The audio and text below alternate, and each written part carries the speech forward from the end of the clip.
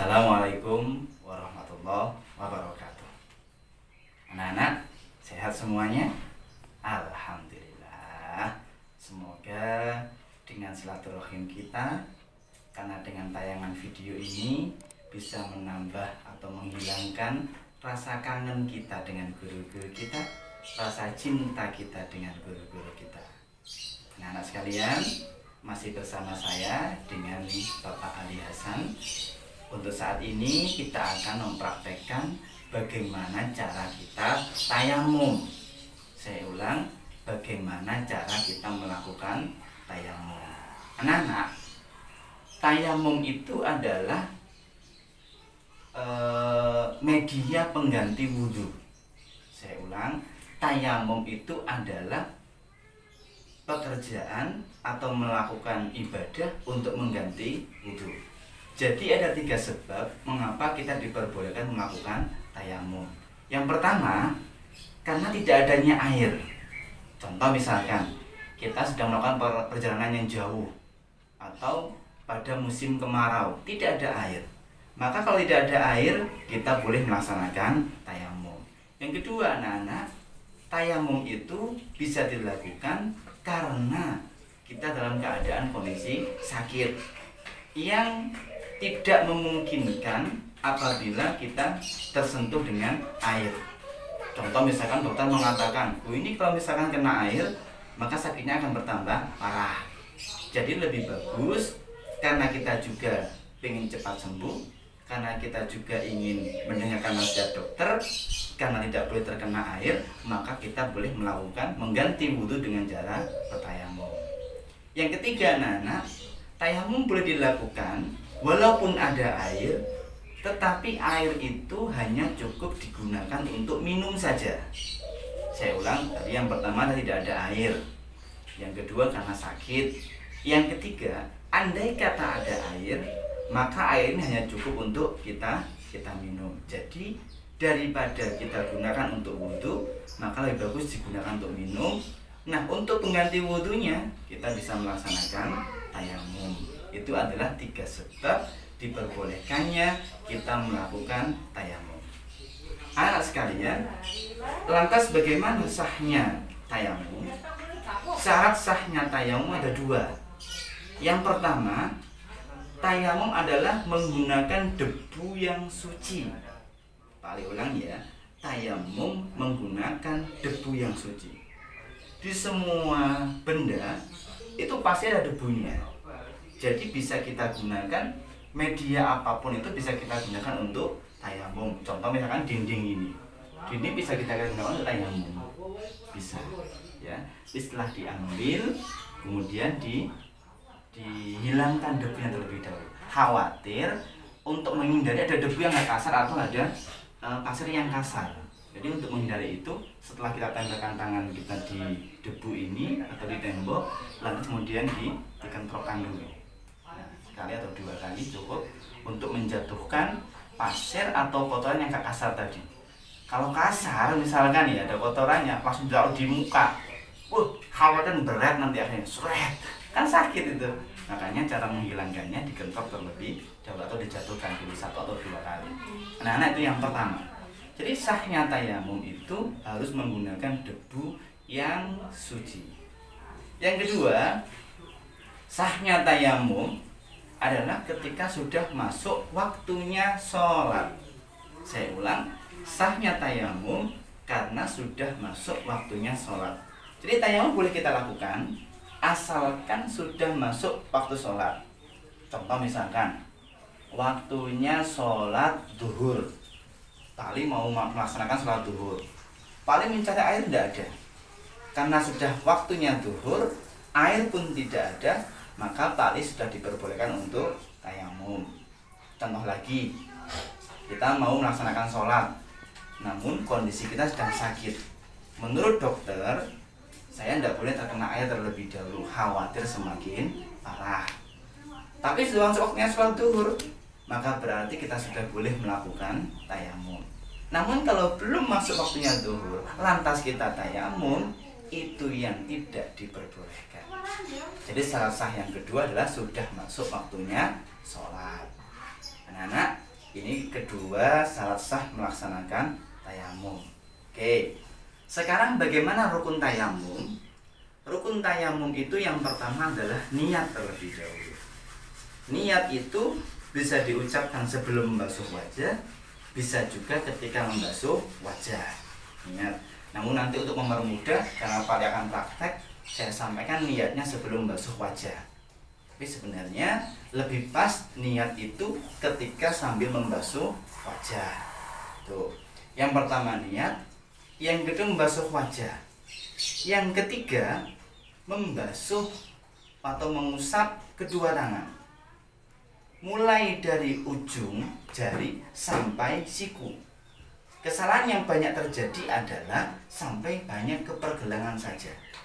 Tayamum ini mulai dari ujung jari sampai siku, bukan sampai pergelangan. Jadi kalau misalnya ada baju yang agak panjang, maka bajunya diringkas terlebih dahulu. Karena supaya tidak menghalangi debu yang kita sampaikan ke mana ini siku-sikunya. Ya, anak-anak. Jadi itu selanjutnya adalah tertib. Cukup satu kali gerakan saja. Wajah cukup satu kali, tangan kanan cukup satu kali, tangan kiri juga cukup satu kali. Anak-anak, yang perlu diperhatikan yang pertama adalah wajah terlebih dahulu. Mohon maaf, ini saya angkat peci saya dulu. Wajah ini tidak boleh kemudian digosok-gosokkan terus, tidak boleh. Cukup satu kali sentuhan saja. Jadi contoh seperti ini misalkan, jari jempol itu berada di luar, bagian membersihkan telinga atau bagian membersihkan samping-samping kita, perbatasan antara wajah dengan rambut. Nah, untuk jari manis kita, jari kelingking, mohon maaf, jari kelingking ini bagian nanti yang akhir dia membersihkan ke hidungnya. Oke ya, sudah bisa dipahami, hidung sama mulutnya nanti terakhir di sini seperti ini. Oke, itu. Yang kedua adalah tangan. Ini saya ringkas dulu. Sebentar. Oke, agak susah ini. Nah, bentar. Yang perlu diperhatikan ketika kita membasuh atau mengusap tangan ini adalah ya, ini kita bagi dua terlebih dahulu. Kita bagi dua, sama seperti yang tangan kanan juga kita bagi dua. Contoh seperti ini. Nah, kita bagi dua. Oke, ini belum terbasuh kan, maka seperti ini. Nah, nanti jempol ketemu dengan jempol, jempol ketemu dengan jempol. Jadi kita bagi dua.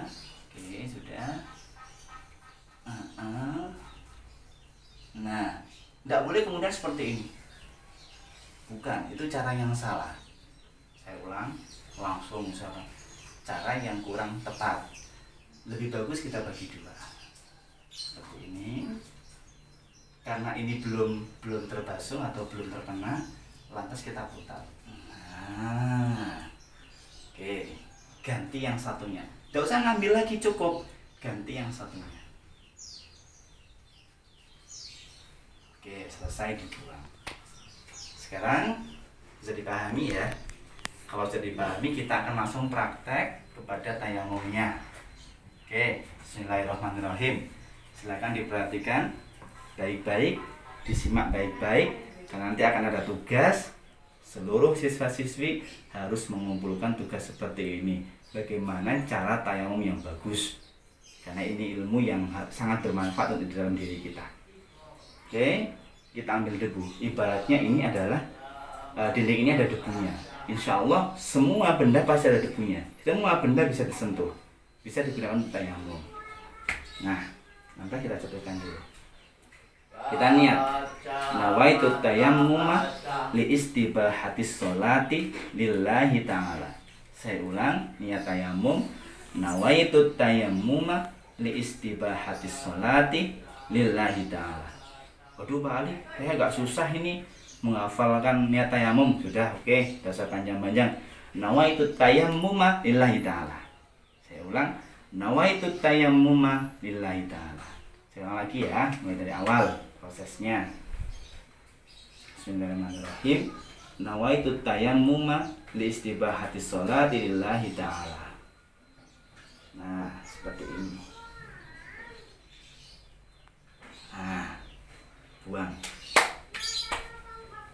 Ambil lagi. Dikentrok lagi 1 kali, baru kemudian tangan. Nah, ini kan belum terkena tadi kan, di batas ini baru ganti. Oke, selesai nih. Perlu dibilang lagi anak-anak? Bilang, salah lagi ya. Nah, oke. Tentrok dulu 1 atau 2 kali. Kita niat nawaitu tayammuma li istibahatis sholati lillahi ta'ala. Wajah. Nah. Selesai. Lantas tangan. Tadi sudah dibuang ya. Buang dulu. Kalau tidak dibuang namanya mustakmal. Dibuang dulu. Ambil lagi. Kentrok 1 atau 2 kali. Kemudian tangan. Tangan terlebih dahulu. Oke. Nah, selesai. Loh, Bali apakah harus doa setelah tayamum? Doa itu lebih bagus. Bagaimana doanya? Doanya bisa sama seperti doa setelah melaksanakan wudu. Jadi itu cara tayamum cukup hanya membasuh wajah dan juga tangan. Berapa kali? Cukup 1 kali. Tangan kanan 1 kali, tangan kiri 1 kali. Jadi sekali lagi tangan itu mulai dari ujung sampai kepada siku-siku, bukan kepada pergelangan tangan. Oke, semoga ini menjadi ilmu yang manfaat, ilmu yang barokah, ilmu yang berharga untuk kita semuanya di dalam melaksanakan ibadah kepada Allah SWT, lebih-lebih di dalam bulan suci Ramadan ini. Tetap jaga kebersihan, jaga kesehatan, waspada, pakai masker ketika keluar rumah atau di dalam rumah. Jangan lupa sering cuci tangan, jangan lupa minum vitamin untuk menjaga kesehatan dan juga kestabilan tubuh kita. Terima kasih. Assalamualaikum warahmatullahi wabarakatuh.